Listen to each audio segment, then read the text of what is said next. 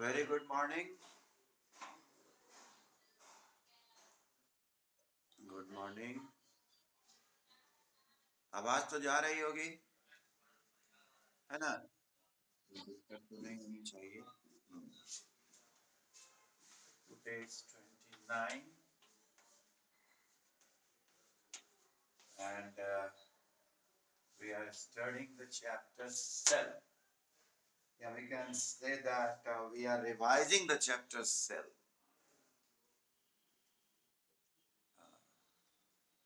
तो मैं आज क्या करता हूँ, आपसे पूछता भी चलता हूँ, ठीक है ना? ज्यादा बेटर होगा। जैसे आप लोग ही बताएंगे, मैं जो जो बात पूछूंगा। जैसे यहाँ पर एक टॉपिक लिखा हुआ है, parts of a cell. Okay, parts of a cell. मैं आपसे डायग्राम बना रहा हूँ, समझिएगा कैसे क्वेश्चन आता है। जैसे मैं एक यहाँ पर डायग्राम बनाया, एक सेल का डायग्राम बनाया, ठीक, और ये भी कुछ बनाया, ऐसे ऐसे तो दिखाया जा रहा है ये चीज। मैं क्या कर रहा हूँ, ये नंबरिंग दे रहा हूँ। जैसे ये 1 है, ओके, ये 2 है, ओके, ये 3 है, ठीक। तो अब मुझे बताइए कि जिस पार्ट को मैंने 1 से इंडिकेट किया है वो 1 क्या है? Nucleus. Very good, nucleus. Nucleus, okay. ये 2 क्या है बच्चा? Very good, very good, cell membrane. ये 3 क्या है? साइटोप्लाज्म। वेरी गुड, सही बताया। अब देखो, ठीक है, एक ब्रॉड वे में हम लोग पार्ट को देख रहे हैं। न्यूक्लियस, सेल मेम्ब्रेन जो आउटर बाउंड्री है, और ये जो फ्लूइड, ये एक्चुअली फ्लूइड है, वो कहलाता है साइटोप्लाज्म। ओके, एक्चुअली इस साइटोप्लाज्म में, इस साइटोप्लाज्म में क्या होता है, बहुत सारे ऑर्गेनेल होते हैं, ठीक। जैसे हम लोग अपने पार्ट्स ऑफ द बॉडी में ऑर्गन बोलते हैं ना, तो वैसे ही यहाँ जो और भी कुछ हैं जो अपना रोल अदा करते हैं, जो अपना फंक्शन अदा करते हैं, उसको हम लोग बोलते हैं सेल ऑर्गेनेल। जैसे मान लिया हम छोटा सा यहाँ कुछ बनाए हैं, ऐसे ऐसे कर कर, तो उसको मैं लिखूंगा cell organelle. Okay, cell organelle. तो यहाँ पर आपको एक हर एक पार्ट का, ये जो ब्रॉड वे में अगर देखा जाए तो nucleus, cell membrane and cytoplasm, और जब सेल ऑर्गेनेल की बात करेंगे तो एक एक सेल ऑर्गेनेल को हम लोग उठाएंगे। जैसे आप लोग नाम सुने ही होंगे, माइटोकॉन्ड्रिया, लाइसोसोम्स, है ना, एंडोप्लाज्मिक रेटिकुलम, है ना, और क्या है, ये बोलो, एंडो, गोल्जी कॉम्प्लेक्स या गोल्जी एपरेटस या गोल्जी बॉडी भी बोलते हैं। हाँ हाँ हाँ, ठीक। तो अब एक एक कर डील करते हैं हम लोग कि ये तो ठीक ही है, सेल मेम्ब्रेन तो समझ ही गए हम लोग कि जो आउटर पार्ट है उसको हम लोग सेल मेम्ब्रेन कहते हैं, यही ना बात है। आउटर बाउंड्री जो है उसको हम लोग सेल मेम्ब्रेन कहते हैं, और इसमें क्या है, it surround its inner gel like material called protoplasm, ठीक, protoplasm, or the plasma membrane controls the entry and exit of substances as per the requirement of the cell। यानी ये सेल मेम्ब्रेन क्या करेगा, ये सेल मेम्ब्रेन करेगा क्या कि जो यूजफुल चीजें हैं उसको ये आने देगा, और जो अनवांटेड चीज है उसको ये क्या करेगा, रिमूव आउट करेगा। ठीक है, एक बाउंड्री हो गया, प्रोटेक्ट कर रहा है। एक बात ये याद रखना है कि अगर जैसे ये मान लिया एनिमल सेल की बात कर रहे हैं, ठीक है, लेकिन अगर हम लोग प्लांट सेल की बात करेंगे तो उसमें एक और बाउंड्री आ जाएगा, आउटर बाउंड्री, जिसको हम लोग कहते हैं सेल वॉल। ठीक है, cell wall. Now the second portion is that we have to study, that is cytoplasm. आप लोग पेज नंबर 6 में देखें, लिखा हुआ है the portion of the protoplasm lying inner to the cell membrane but outside the nuclear membrane is called cytoplasm. बात समझिए यहाँ पर। ओवरऑल जब बात कर रहे थे including the fluid of nucleus, तो we are saying that fluid portion as a protoplasm, but if we are distinguishing it that outside the nucleus and inner side of the cell membrane, then it is what, cytoplasm. आई बात समझ में? हाँ, जब पूरा का पूरा बात कर रहे हैं तो उसको क्या बोल रहे हैं, फ्लूइड को? नहीं, यहाँ पर देखो प्रोटोप्लाज्म, वेरी गुड। देखो लिखा हुआ है, आप सेल मेम्ब्रेन में पढ़िए कि all living cells are bound by a membrane called the plasma membrane. It surrounds its inner gel-like material called plasma membrane. ठीक है? And the plasma membrane, what does it do? What it does? It controls the entry and exit of substance as per the requirement of cell. Okay? लेकिन जब हम cytoplasm में देखते हैं तो क्या लिखा हुआ है कि the portion of the protoplasm, यानी प्रोटोप्लाज्म का वो पोर्शन जो क्या है, lying inner to the cell membrane, cell membrane के अंदर, लेकिन किसके बाहर, न्यूक्लियस के बाहर। ये न्यूक्लियर मेम्ब्रेन कहला जाएगा, न्यूक्लियस का। ठीक है, न्यूक्लियर मेम्ब्रेन। तो ये जो बीच का पोर्शन है उसको क्या कहेंगे, साइटोप्लाज्म।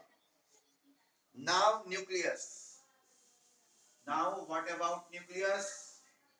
तो न्यूक्लियस तो अगर कहा जाए तो यही ब्रेन ऑफ द सेल है, यही सारा चीज कंट्रोल करता है। ठीक है ना? तो ये बाउंडेड बाय क्या होता है ये न्यूक्लियस? तो जैसे सेल का बाउंड्री सेल मेम्ब्रेन कहलाया, तो न्यूक्लियस का बाउंड्री क्या कहलाया, nuclear membrane. Okay, nuclear membrane. और फिर यहां पर बात आएगा, पूरा कहलाया क्या, प्रोटोप्लाज्म, है ना? पूरा कहलाया प्रोटोप्लाज्म। ठीक, पूरा। और ये वाला क्या कहलाया, साइटोप्लाज्म। और इसमें जो फ्लूइड है वो क्या कहलाया, न्यूक्लियोप्लाज्म। न्यूक्लियोप्लाज्म, यानी अगर पूछा जाए तो प्रोटोप्लाज्म, अगर प्रोटोप्लाज्म की बात की जाती है तो it includes both nucleoplasm and cytoplasm, है ना? साइटोप्लाज्म कहाँ एग्जिस्ट करता है, न्यूक्लियर मेम्ब्रेन के बाहर और सेल मेम्ब्रेन के अंदर, साइटोप्लाज्म। और न्यूक्लियस के अंदर कौन सा प्रोटोप्लाज्म हुआ, न्यूक्लियोप्लाज्म। बस याद करना है। हाँ, अब उसमें कहता है कि इसमें कुछ हम लोग थ्रेड लाइक स्ट्रक्चर देखते हैं, ठीक, जिसका नाम क्या दिया गया, क्रोमेटिन। Chromatin, chromatin network. और एक बात मैं बताना चाहूंगा, ये जो थ्रेड लाइक स्ट्रक्चर है, जब सेल डिवीजन होता है, जैसे याद कीजिए आपको मैंने अमीबा में दिखाया था, है ना, बाइनरी फिजन, है ना? तो सीधी सी बात है, जब बाइनरी फिजन होता है अमीबा में तो अपना साइटोप्लाज्म भी बांटने लगता है, साथ में उसका न्यूक्लियस भी डिवाइड होगा, है ना? जो डॉटर सेल बनता है, अमीबा से जो 2 सेल टूटता है तो डॉटर सेल, तो सेल एक तरह से डिवाइड होना जो है वो वहां रिप्रोडक्शन बात हो जाएगा। 1 से 2 होना मतलब ही रिप्रोडक्शन है ना।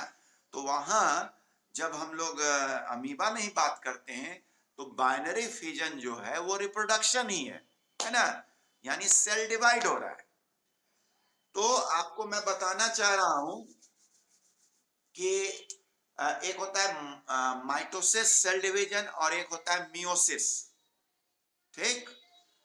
तो वही चीज यहां बताया जा रहा है कि जब सेल डिवाइड होने के फेज में रहता है तो ये जो नेटवर्क है क्रोमेटिन नेटवर्क वो धीरे धीरे क्या होता है, मोटा होने लगता है, डेंसर, थिकर होने लगता है, ठीक है। और वो जब स्ट्रक्चर बनता है, थिकर जब हो जाता है तो उसको हम लोग कहते हैं क्रोमोजोम्स, ठीक, क्रोमोजोम्स। मैं लिख देता हूं ये बात,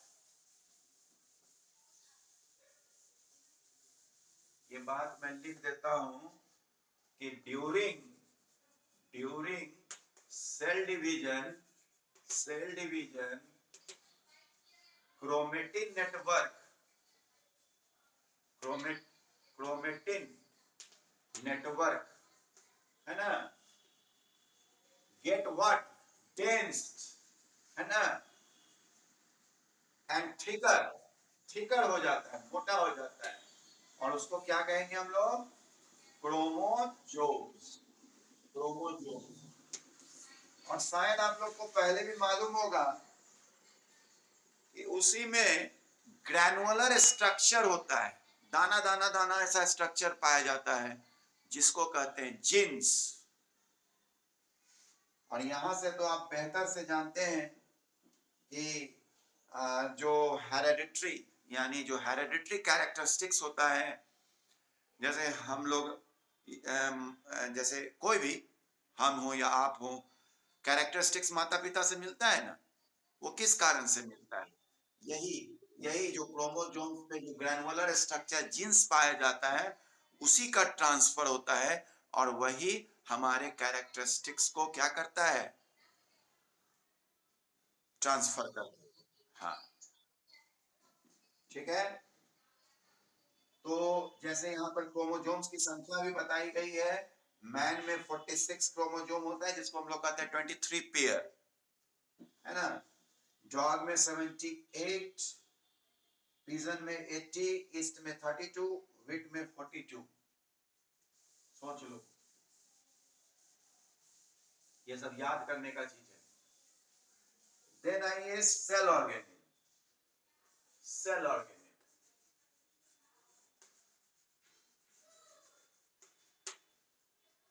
सेल ऑर्गेनिल में जो पहला नाम आ रहा है that is plastids, plastids, okay. आपको ये भी ध्यान देना है कि कौन सा चीज प्लांट सेल में और एनिमल सेल दोनों में पाया जाता है, कौन किसी में पाया जाता है किसी में नहीं पाया जाता है। तो जैसे मैंने यहाँ पर प्लास्टिड्स की बात की, तो प्लास्टिड्स जो है वो लार्ज सेल ऑर्गेनिल है और वो प्लांट सेल में पाया जाता है, ठीक है। और साथ में क्या बोले, लार्ज सेल ऑर्गेनिल। हाँ, अब देखो ये प्लास्टिक्स बड़ा महत्वपूर्ण है, ठीक। प्लास्टिक्स में भी पार्ट है, ठीक। वो पार्ट क्या क्या है भाई, एक आपका होता है क्रोमोप्लास्ट, हाँ, क्रोमोप्लास्ट, क्लोरोप्लास्ट, क्लोरोप्लास्ट एंड न्यूक्लियोप्लास्ट, न्यूक्लियोप्लास्ट।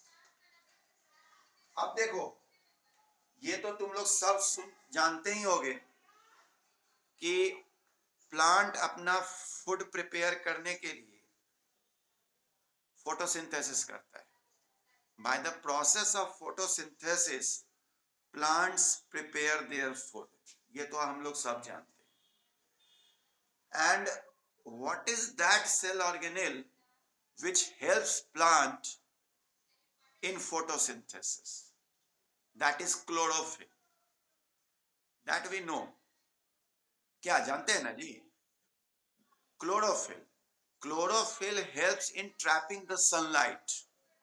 वो सनलाइट को ट्रैप करता है. ठीक है. सब पार्ट का अपना अपना महत्व है. जैसे स्टोमाटा आप पढ़िएगा, लीव्स में पोर्स होता है जिसको कहते हैं स्टोमाटा. वो स्टोमाटा ही क्लोज और ओपन होता है जिससे डिफ्यूजन ऑफ गैसेज होता है.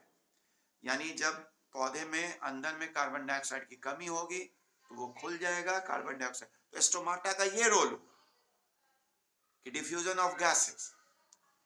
लेकिन उस फूड प्रिपरेशन में सनलाइट भी चाहिए, तो सनलाइट को ट्रैप करने में मदद देता है क्लोरोफिल. जैसे वाटर ही चाहिए, तो वाटर में कौन मदद कर रहा है? रूट्स, जाइलम पढ़िएगा. तो सबका अपना अपना काम है. तो ये क्लोरोफिल जो होता है ना, वो क्लोरोप्लास्ट में होता है. ये आपको याद रहेगा, है ना? क्लोरोफिल याद रहेगा. दूसरी बात, ये हम सब लोग जानते हैं कि why leaves are green in colour, तो due to presence of chlorophyll. तो वो क्लोरोफिल कहां प्रेजेंट होता है? क्लोरोप्लास्ट. यानी जो आपको पौधे का ग्रीन अपीयरेंस दिखता है, that is due to chloroplast. Okay okay. हाँ, ये शायद लिखा भी होगा मे बी. हाँ, क्लोरोप्लास्ट लिखा हुआ है, ग्रीन कलर्ड प्लास्टिक. ये क्या हो गया? ग्रीन